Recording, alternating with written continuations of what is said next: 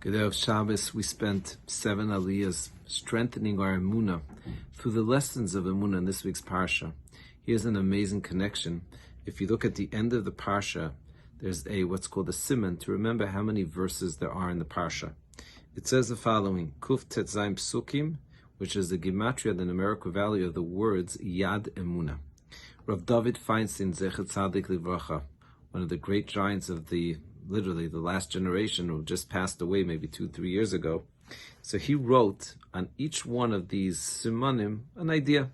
So if you look carefully, it says Yad Emunah, and it also, another siman is Sna'ah. It says Rav David, I'm reading this from the Art Scroll, he says the following: the expression Yad Emunah, hand of faith, is borrowed from 1712 and alludes to the strengthened faith that the Jews had when they saw the hand of God punishing the Egyptians at the sea. The word sna'ah, phonetically related to sinah, hatred, alludes to the hatred that Amalek felt towards Israel. David Feinstein. Such beautiful words from Rav David Feinstein. I want to add, a lot of the lessons that we were sharing throughout the aliyahs really jump out in these words, Yad Emunah. And perhaps we could say a little bit more to what Rav David was saying. Yad Emunah is about making our hands feel the Emunah. We mentioned that sometimes we could have the knowledge, maybe even our heart is feeling it, but do we experience it? Is the reaction really reflecting the idea that we know that everything that happens is biyad Hashem? That's the Yad Emunah. And Sinah, who represents the ultimate battle against this faith, against this deep trust in Hashem? That's, of course, Amalek. If we think about it, the great descendant of Amalek, who was that? We mentioned this Haman. He got credit for what he did. His great-great-grandchildren ended up being the students in Bnei Brak. But at the end of the day, he was a horrible and terrible Rasha and wicked man.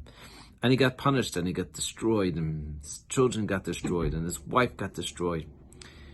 But Haman also represents something even deeper. So the Vilna Gaon tells us the secret, and the Rav Yaakov Emden tells us the secret, that Germany is really stemming from Haman. Germany is really Amalek. Germany is coming from Esav. This is, by the way, a Gemara in Maseches Megillah, hinting to this concept. And if we think even deeper, Hitler, Yimach Shemo V'Zichoi, was the one that wrote in his own book that the Jewish people, we've afflicted the humanity with 2 afflictions. What were those 2 afflictions that we afflicted humanity with? Consciousness to the soul and circumcision to the body. Now let's think a little bit deeper what that means.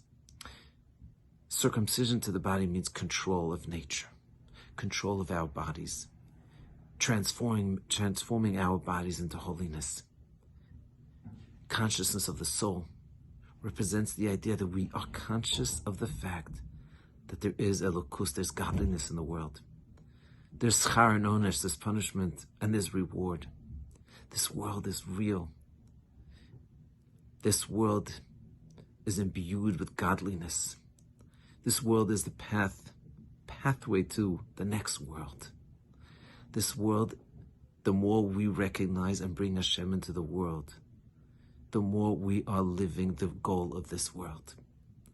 And really the purpose and the ultimate purpose is to have this conscious feeling, this conscious experience, the connection and the relationship with Hashem.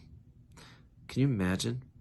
We were chosen to have this special relationship with the infinite being. We, the Jewish people. We were given this amazing task to be able to be the teachers of humanity. And all that is what Haman will battle until the end.